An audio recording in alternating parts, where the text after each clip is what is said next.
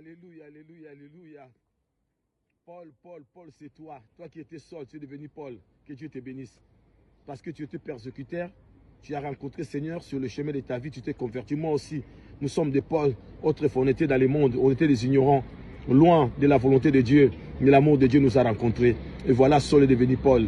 Lui qui était assassin, lui qui participait à la persécution de l'Église, par ignorance bien sûr.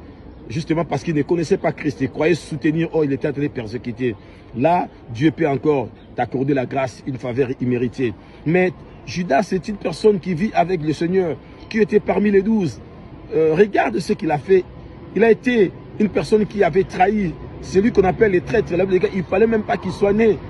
Son péché est gravé dans le burin.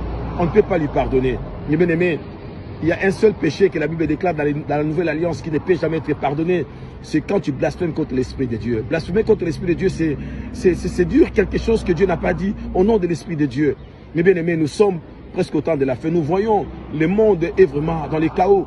Tant que l'homme ne retournera pas vers son Créateur, rien ne passera. Nous voyons dans des guerres partout entre la Russie et l'Ukraine. Nous voyons comment les gens se soulèvent. Mais il y a une seule personne que le juste juge.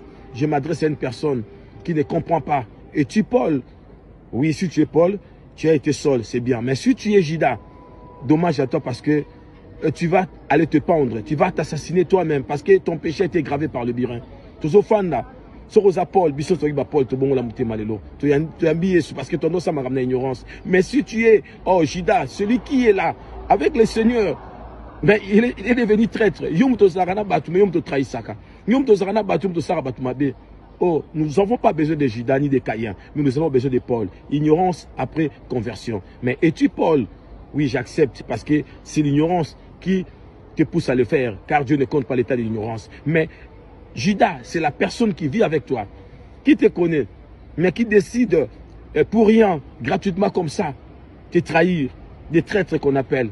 Ne soyons pas des Judas, mais soyons plutôt des Paul, car l'ignorance, on peut quand même l'accepter. Mais celui qui est conscient de ce qu'il fait, Dieu l'a dit, c'est pas moi. Cette personne ne mérite pas le pardon. Voilà le message.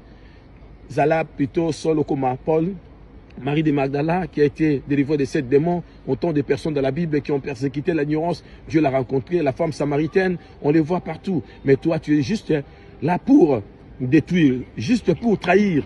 À quoi sert? Qu'est-ce que tu vas gagner après la trahison? Judas avait trahi le Seigneur, mais il avait oublié que les derniers mois appartiennent à Dieu.